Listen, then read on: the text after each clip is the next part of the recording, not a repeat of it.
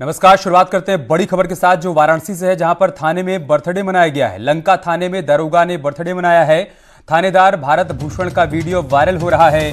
भीड़ के बीच थाने में केक भी काटा गया। सोशल डिस्टेंसिंग की धज्जियां उड़ी हैं। बड़ी खबर हम आपको वाराणसी से बता रहे हैं, जहां पर थाने के भीतर केक काटा गया और इस दौरान सोशल डिस्टेंसिंग की धज्जियां भी उड़ी हैं। आप तस्वीरें देखिए थाने के भीतर की। आमतौर पर ये पुलिस वाले लोगों को इस बात की नसीहत देते हैं कि सोशल डिस्टेंसिंग का पालन करिए और इन्हीं के ऊपर इस बात की जिम्मेदारी भी है कि लोग सोशल डिस्टेंसिंग का पालन करें। लेकिन थाने के भीतर आप देखिए लोगों की भीड़ इकट्ठा है। दरोगा साहब केक काट रहे हैं और उसके बाद एक दूसरे को यहाँ पर केक खिलाया भी जा रहा है। तो लंका थाने के भीतर की तस्वीरें हम आपको दिखा रहे हैं। तस्वीरों में आपको जो दरोगा जी दिख रहे हैं वो यहाँ पर केक काट रहे हैं और उसके बाद एक दूसरे को केक खिला भी रहे हैं। संवाददाता उपेंद्र हमारे साथ इस वक्त फोन लाइन पर जुड़ चुके हैं। उपेंद्र, क्या जानकारी है? देखिए, लंका थाने का वीडियो है। लंका थानेदार हैं भारत भूषण तिवारी। पहले भी ये कई बार आरोपों में घिरे रहे हैं। इस बार इनका कारनामा थाने में बर्थडे मनाने को लेकर है। हालांकि हम जब न्यूज़ 18 ने बात की तो उनका कहना है उनके जो शुभचिंतक थे पहले से बैठे थे, लेकिन सवाल ये उठता है कि पहले से इतनी भीड़ क्यों बैठी थी। दूसरी बात, अगर आप नहीं थे तो पूरे पुलिसकर्मी क्या कर रहे थे जब सारे शुभचिंतक चेहरे पर मास्क भी नहीं लगाए थे? ना फेस मास्क है, ना ही उनके मुंह पर मास्क है, कोई मास्क नहीं है। इतनी भीड़ पर वो खड़े कैसे थे? इतने घंटों से आपका इंतजार कर रहे थे और जब वो आए तो आपने उन्हें पहले रोका क्यों नहीं? पहले केक क्यों काटा? तो तमाम सारे जो तस्वीरें हैं और तस्वीरों से जुड़े जो सवाल हैं ये उनके तर्क को पूरी तरीके से खारिज करते हैं। और कोरोना काल में ये बेहद बड़ी लापरवाही है और ये तब लापरवाही है जब लंका थाने से ही जुड़े हुए कई इलाकों पर केस निकले हैं। तो अब जबकि पुलिसकर्मी लगातार, आज खुद एक पुलिसकर्मी फिर कोरोना पॉजिटिव आया है। कल एसएसपी का पूरा दफ्तर सील कर दिया गया। उनके हेडपेशी में सिपाही जो है कोरोना पॉजिटिव आया था, बैरिक नंबर 8 में रहता था। तो जब लगातार पुलिसकर्मी जो है कोरोना की चपेट में आ रहे हैं, वैसे में इन थानेदार साहब को ये समझ में क्यों नहीं आ रहा है कि ये गंभीरता, और जब ये खुद गंभीरता नहीं दिखा रहे हैं तो सवाल उठता है कि बाकी पूरे इलाके में कैसे पुलिस फॉलो करा रही होगी लॉकडाउन के नियम। तो ये बड़ा सवाल है। और अब जिस तरीके से वीडियो वायरल हो रहा है उस पर शुक्रिया उपेंद्र आपका हमारे साथ जुड़ने के लिए और जानकारी हम तक पहुंचाने के लिए। और एक बड़ी खबर देवरिया से, जहां पर मामूली विवाद में ग्राम विकास अधिकारी ने अपने पड़ोसी को तलवार से काटने की कोशिश की है, जिसका वीडियो वायरल हो रहा है। वीडियो में आप देख सकते हैं कैसे एक सेक्रेटरी अपने घर से तलवार निकालकर अपने ही पड़ोसी पर हमला कर रहा है। मामला सदर कोतवाली क्षेत्र के साकेत नगर का है। मामले की सूचना मिलने पर पुलिस ने ग्राम विकास अधिकारी को गिरफ्तार कर लिया है और केस भी दर्ज कर उसे जेल भेज दिया गया है। देवरिया की तस्वीरें आप देखिए। पुलिस ने यहां पर आरोपी को गिरफ्तार तो कर लिया है, लेकिन ग्राम विकास अधिकारी की बेखौफ तस्वीरें आप देखिए। यहां पर अपने पड़ोसी पर तलवार से हमला करने की कोशिश करते हैं। पुलिस ने वीडियो का संज्ञान लिया, एफआईआर भी दर्ज कर ली है और साथ ही साथ ग्राम विकास अधिकारी को गिरफ्तार कर जेल भेज दिया है।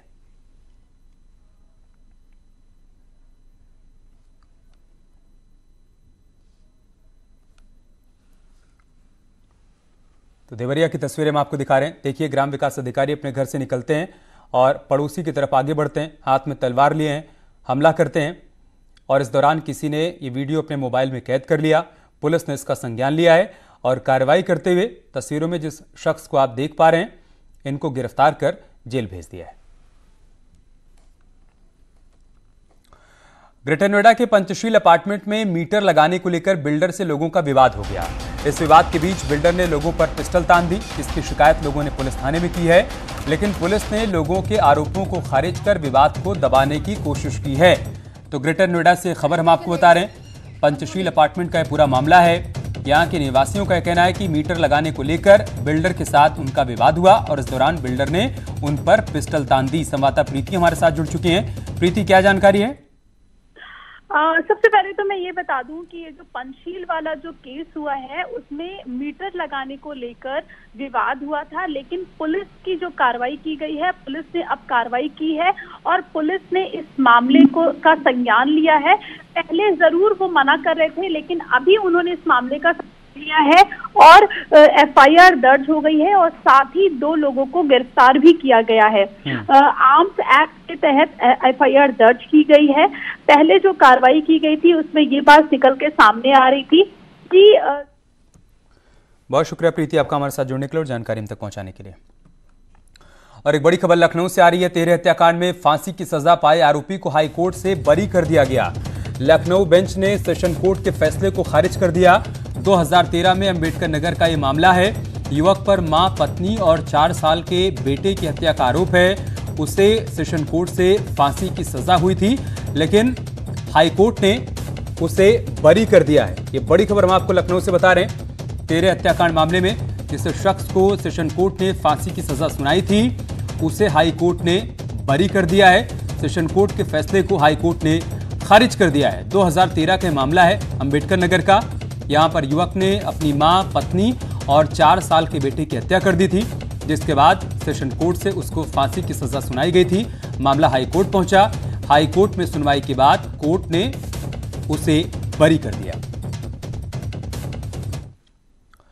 और चलिए आपको यूपी का कोरोना अपडेट बता देते हैं। आज सबसे ज्यादा अमेठी में एक साथ 23 नए मामले सामने आए हैं। वहीं 24 घंटे की राहत के बाद कानपुर में एक साथ 16 नए केस सामने आए हैं। प्रयागराज में 8 नए केस मिले हैं। अमरोहा में 12 घंटे में 7 केस मिले हैं और सिद्धार्थनगर में 3 नए मामले सामने आए हैं। तो नंबर्स लगातार बढ़ते जा रहे हैं। अमेठी में एक साथ 23 नए मामले सामने आए हैं, जबकि कानपुर में 24 घंटे तक कोई मामला सामने नहीं आया और उसके बाद एक साथ 16 नए केस यहां पर भी सामने आए। और एक बड़ी खबर देहरादून से कोरोना से जुड़ी ये बड़ी खबर सामने आ रही है। अब उत्तराखंड में 14 की जगह 21 दिन का होगा क्वारंटाइन पीरियड। दूसरे राज्यों से आए लोगों को 21 दिन क्वारंटाइन रहना होगा। 7 दिन इंस्टीट्यूशनल और 14 दिन होम क्वारंटाइन का नियम बनाया गया है। प्रदेश सरकार ने नोटिफिकेशन भी जारी कर दिया है। बड़ी खबर हम आपको देहरादून से बता रहे हैं, जहां पर क्वारंटाइन पीरियड को 14 दिन से बढ़ाकर 21 दिन कर दिया गया है। टिड्डियों के प्रयागराज की सीमा में पहुंचने की आशंका के मद्देनजर जिला प्रशासन और कृषि विभाग भी अलर्ट हो गया है। टिड्डियों के हमले होने वाले नुकसान को रोकने के लिए जिला प्रशासन ने टिड्डी बुलेटिन भी जारी किया है, जिसमें किसानों को टिड्डियों से हरियाली बचाने की सलाह और बचाव के तरीके भी बताए गए हैं। इसके साथ ही किसानों को टिड्डियों को भगाने के लिए जरूरी ट्रेनिंग भी दी गई है।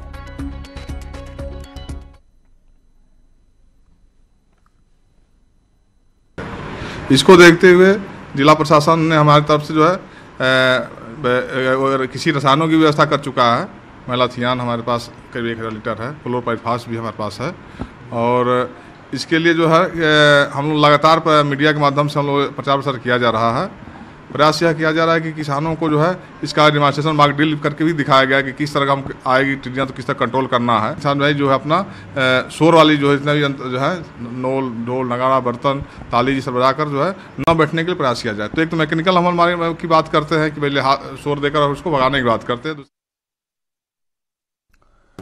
और अमेठी में न्यूज 18 की खबर का बड़ा असर हुआ है। सांसद स्मृति ईरानी ने विदेश मंत्री डॉक्टर एस जयशंकर को पत्र लिखकर मृतक बेटे के शव और बहू पोते को विदेश से लाने की मांग की है। बता दें कि दक्षिण अफ्रीका के तंजानिया में अमेठी के युवक की मलेरिया से मौत हो गई थी, जिसके बाद मृतक के परिवार ने न्यूज 18 के जरिए सांसद और सरकार से मदद की गुहार लगाई थी। उसका अमेठी की सांसद स्मृति ईरानी ने संज्ञान लिया और विदेश मंत्री को पत्र लिखा है।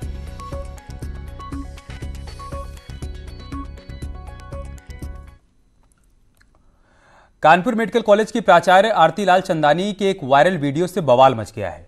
कानपुर से लेकर दिल्ली तक उनके बयान की निंदा हो रही है और उन पर कार्रवाई की मांग भी की जा रही है। इस बीच डॉक्टर आरती लाल चंदानी ने वायरल वीडियो पर सफाई दी है और इसे अपने खिलाफ साजिश बताया है। अपनी सफाई में उन्होंने क्या कुछ कहा है और वायरल वीडियो में ऐसा क्या है जिससे हंगामा खड़ा हो गया है, वापस रिपोर्ट में देखिए। तबलीग जमात के लोगों पर अभद्रता का आरोप लगाकर पिछले दिनों चर्चा में आई कानपुर मेडिकल कॉलेज की प्राचार्य डॉक्टर आरती लाल चंदानी अब एक वायरल वीडियो में जमातियों के खिलाफ आपत्तिजनक बातें करके फिर से चर्चा में हैं।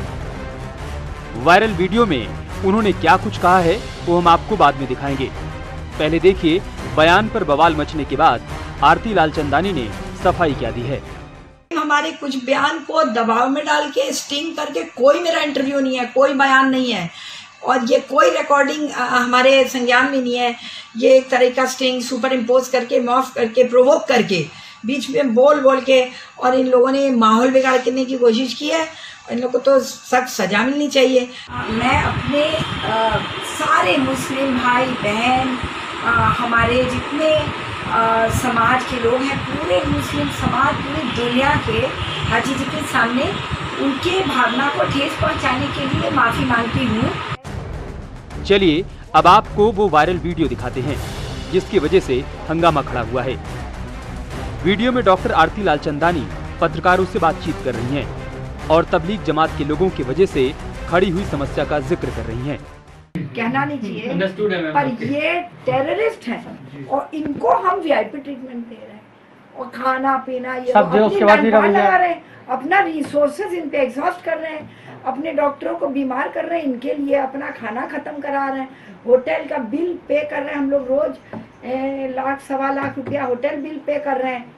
बातचीत के दौरान ही आरती लालचंदानी ये भी कहती हैं कि सीएमओ इन्हें वीआईपी ट्रीटमेंट दे रहे हैं जबकि इन्हें जेल में डालना चाहिए। जेल में डालना चाहिए। आप यहाँ लाके इलाज कर रहे हो, दूसरों को इन्फेक्ट कर रहे हो, खाना पीना खिला रहे हो, दवाइयाँ बर्बाद करो, मैनपावर बर्बाद करो, किट बर्बाद करो। दवाई से ज्यादा हमारा किट बर्बाद हो रहा है। इन पे जितनी बार हमारे 22 मरीज के लिए घंटे घंटे किट उतार उतार के लोग दौड़े हैं। डॉक्टर आरती लालचंदानी ने भले ही वायरल वीडियो पर सफाई दे दी हो, लेकिन तबलीग से जुड़े लोगों में उनके बयान को लेकर गुस्सा है। के माध्यम से दिया कि और मुकदमा कायम कराने के लिए कि इस तरह की भाषा अशोभनीय है और ये देश को बांटने वाली है। मैंने मांग की इसमें उचित धाराओं में मुकदमा कायम हो जिससे कि आगे कोई ऐसी कार्रवाई ना हो। और अगर मेरा मुकदमा कायम नहीं होता तो मैं न्यायालय के शरण में जाऊंगा और जहां तक मुझे जाना पड़े, चाहे मुख्यमंत्री चाहे प्रधानमंत्री साहब के पास, मैं सबके पास ये गुहार लेके जाऊंगा। मुस्लिम समुदाय के लोगों ने आरती लालचंदानी के खिलाफ एफआईआर दर्ज करने की मांग की है और कार्रवाई नहीं होने पर प्रधानमंत्री से शिकायत करने की बात कही है। इस मामले को पूर्व सांसद सुभाषनी अली ने दिल्ली में ये मामला उठाया है। अब देखना यह होगा कि इस पे क्या कार्रवाई होती है। हालांकि इसकी सफाई में प्राचार्य ने अपना वीडियो भी वायरल किया जिसमें उन्होंने बताया कि ये वीडियो 70 दिन पुराना है और उनसे जबरन ये चीज कहलाई गई है, यानी कहीं ना कहीं उन्होंने भी अपनी सफाई दे डाली। अब इसका क्या परिणाम होता है ये तो आने वाला समय बताएगा। जर्नलिस्ट आशीष पांडे के साथ अमित गंजू, न्यूज़ 18 कानपुर। और अब खबर शाहजहांपुर से, जहां पर ट्रैक्टर ट्रॉली पलटने से एक बड़ा हादसा हो गया। ट्रैक्टर ट्रॉली पलटने से यहां एक शख्स और उसके 2 बच्चों की दर्दनाक मौत हो गई जबकि 6 ग्रामीण गंभीर रूप से घायल हो गए। घायलों को जिला अस्पताल में भर्ती करवाया गया है जहां उनका इलाज किया जा रहा है। बताया जा रहा है कि टिकवापुर गांव के रहने वाले कमलेश ट्रैक्टर ट्रॉली से अपने परिवार के साथ अपने रिश्तेदार के घर से लौट रहे थे और इसी दौरान ट्रैक्टर का स्टीयरिंग फेल हो गया और ट्रैक्टर खाई में पलट गया। और अब बात करते हैं एक बड़ी खबर की। दिल्ली प्रदेश अध्यक्ष को लेकर बीजेपी ने बड़ा बदलाव किया है। मनोज तिवारी को प्रदेश अध्यक्ष पद से हटाकर आदेश गुप्ता को दिल्ली प्रदेश अध्यक्ष की जिम्मेदारी दे दी गई है। इस परिवर्तन के बाद दिल्ली से सांसद मनोज तिवारी ने नए प्रदेश अध्यक्ष को बधाई दी है और साथ ही दिल्ली वालों से माफी मांगी है। दरअसल इस परिवर्तन के पीछे माना जाता है कि जिस मकसद से उन्हें अध्यक्ष बनाया गया था उसका फायदा बीजेपी को मिलता हुआ दिखाई नहीं दिया। ऐसे में बीजेपी को दिल्ली में परिवर्तन करना पड़ा।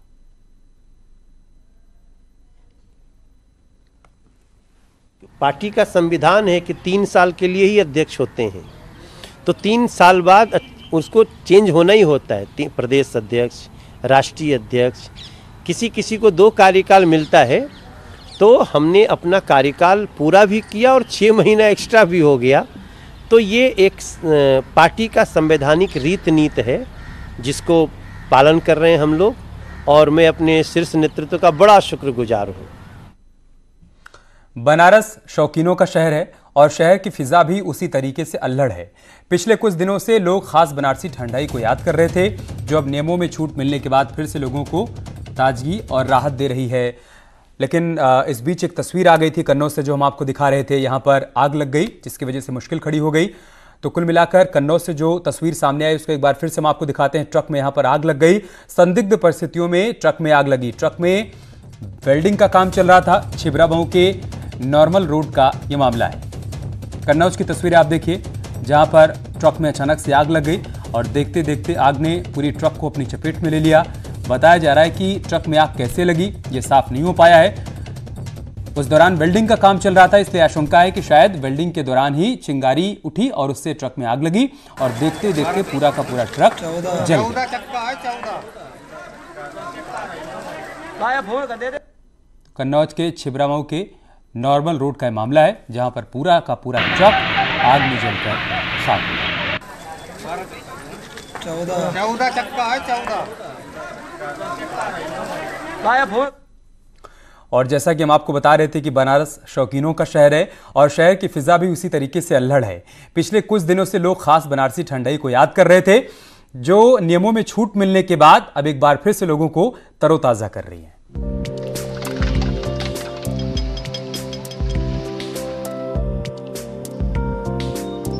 वाराणसी के गदौलिया चौराहे पर खुली ये ठंडाई की दुकानें बनारस में इसका शौक रखने वालों के लिए राहत लेकर आई हैं, क्योंकि इस तपती धूप में बनारसियों के लिए यही ठंडाई ताजगी पहुंचाती है। फिर चाहे वो ठंडाई केसर युक्त हो या फिर भांग युक्त, बनारसियों को इससे कोई फर्क नहीं पड़ता, क्योंकि यहाँ भांग नशा नहीं बल्कि बाबा का प्रसाद है। तो अनलॉक की तरफ बढ़ते हुए देश में बनारसियों को ठंडाई वाली ताजगी मिल गई। ये ठंडाई हम ले थे और करीब 2 महीने बाद मिला है, और बनारस में ठंडाई और पान यही रोज यहाँ जाता है, और 2 महीने बाद ही मिला है, तो गर्मी से ये राहत दिया है ठंडाई पीकर। इसमें तो कोरोना चल रहा है, लोग बच रहे हैं खाने पीने से, बाहर का नहीं खा रहे हैं, पी रहे हैं, बहुत चीज़ें बचा रहे हैं आप, लेकिन नहीं बचा के ही हम लोग पी रहे हैं, और कई दिनों बाद ये खुला है। इसी तो इम्यूनिटी बढ़ेगा बनारसी ठंडाई से ही। बनारस में वैसे भी शौकीनों की कमी नहीं है, और खास ठंडाई के तो दीवाने यहाँ कई हैं। ऐसे में ठंडाई का शौक रखने वालों के साथ ही इनके दुकानदारों को भी बड़ी राहत मिली है, क्योंकि इनकी आजीविका का साधन बस यही है। पूरे 2 महीने बाद दुकानें खुलने से दुकानदारों के चेहरों पर रौनक है, साथ ही कोरोना से लड़ने की हिम्मत भी नजर आ रही है।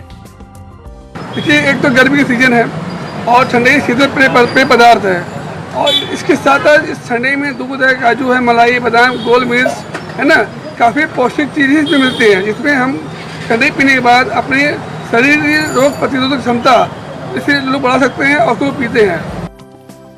बनारस हमेशा ही अपने अनोखे मिजाज को लेकर जाना जाता है, और यही मिजाज बनारसी अल्हड़पन है।